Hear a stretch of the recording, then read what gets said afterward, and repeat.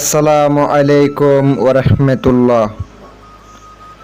সুপ্রিয় দর্শক, আশা করি আল্লাহ রাব্বুল আলামিনের অশেষ মেহেরবানিতে ও দয়ায় আপনারা সবাই ভালো আছেন। আজ আপনাদের সামনে নিজের বন্ধুকে কিভাবে বশ করা যায় অথবা নিজের প্রিয়জনকে কিভাবে বশীভূত করা যায়। আপনার বন্ধু এমনভাবে আপনাকে ভালোবাসবে, আপনি যেটাই বলুন না কেন ওই কথাটা আপনার ইনশাল্লাহ শুনবে। যারা এখনো পর্যন্ত চ্যানেলটি সাবস্ক্রাইব করেন নাই, দয়া করে মেহেরবানি করে চ্যানেলটি সাবস্ক্রাইব করবেন, লাইক কমেন্ট শেয়ার করবেন, পাশে থাকা বেল আইকনটি অল ক্লিক করে রাখবেন যেন নতুন নতুন ভিডিও সবার আগে দেখতে পান। আমি আপনাদেরকে বলবো নিজের কাজ নিজে করবেন। যারা ছাত্র ভাইয়ারা আছেন তারা আমার সাথে যোগাযোগ করবেন না, আল্লাহর রাস্তায় যোগাযোগ করেন না। আমি তাদের কাজ করতে পারেন না, কোনো টাকা দিতে পারবে না, কোনো কাজ করতে পারবে না, শুধু শুধু বিরক্ত করে।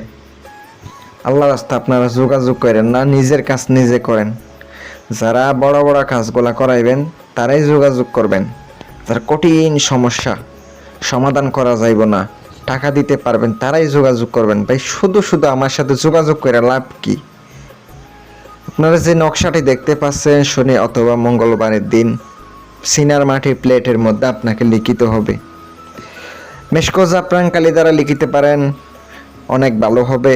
ওইটা দিয়ে যদি লিখা না যায় আপনি কি করবেন, একটা কলম দিয়া, মার্কা কলম দিয়ে আপনি নকশা লিখিবেন। হুবহু এইভাবে যেভাবে লিখা আছে সেভাবে লিখিত হবে।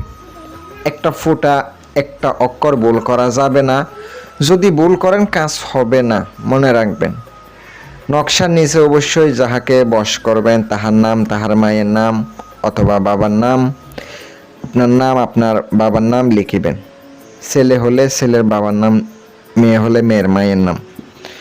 আর কথা হচ্ছে কিভাবে লিখতে হয় আপনারা জানেনই, যারা কবিরাজ আছেন, যারা এই কাজগুলা করেন তারা কম বেশি সবাই জানেন কীভাবে নামগুলা লিখতে হয়। বাংলায় লিখলে হবে না, আরবিতে লিখতে হবে। এবার আপনার নকশাটা লিখার পরে আপনি পানি দ্বারা ধুবেন, ধৌত করিয়া ওই পানিগুলা তাদেরকে খাওয়াবেন।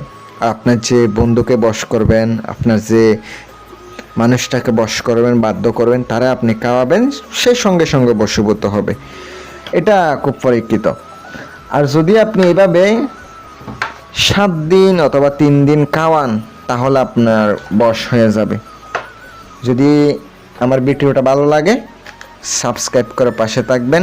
আসসালামু আলাইকুম ওয়া রাহমাতুল্লাহ।